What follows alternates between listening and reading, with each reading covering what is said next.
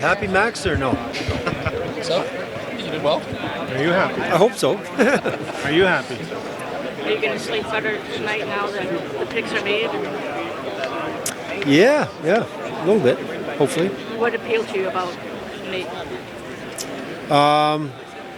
Well, we like all parts of his game. He's got pretty good size. He's a good skater. He's got good skills. He's a good two-way centerman. So, a lot to like about him, really. Just a solid all-around prospect. The fact that he was a captain at 17, what does that say about him?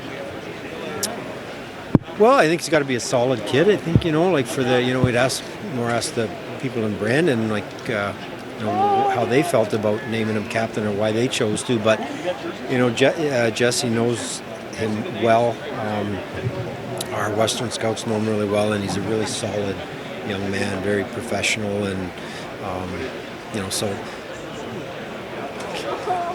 good people. We all want good people around us, and we think we find young men. With Axel, was the appeal there? I mean, you traded right-handed right shot D-man, and you got one here at the draft. Yeah. Can you elaborate a little on what you liked about Axel? Well, again, I think he's a good offensive D-man. He skates well. He's got good puck skills. He's got very good hockey sense. I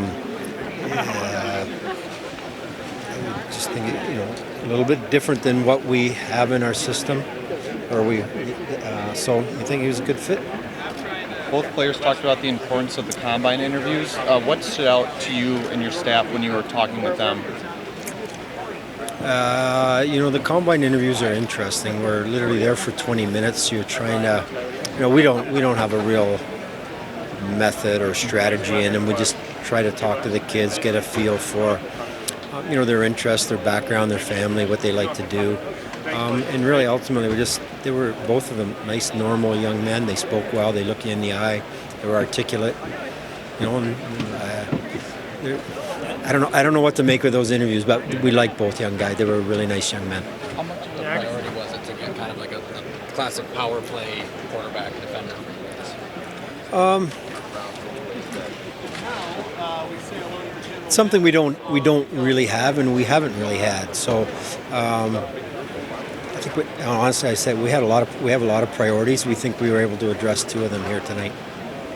Did you come close to moving to having any? We had some discussions with teams with both picks, but ultimately, we were.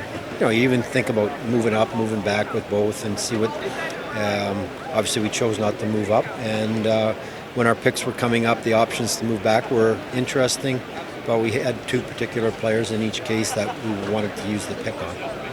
Did you know Axel drove 15 hours to get here? Yeah, I heard that. A lot of guys had trouble. Some of our staff, a lot of the kids. Nick Lidstrom, I didn't even make it. I think he got to New York City, and I think he's actually driving to Detroit, believe it or not. So, yeah, I know the guys told me after Axel had a heck of a time getting here. That speaks to his determination. He said he drove a lot of the way to himself, and he's only had his license for a month. Right.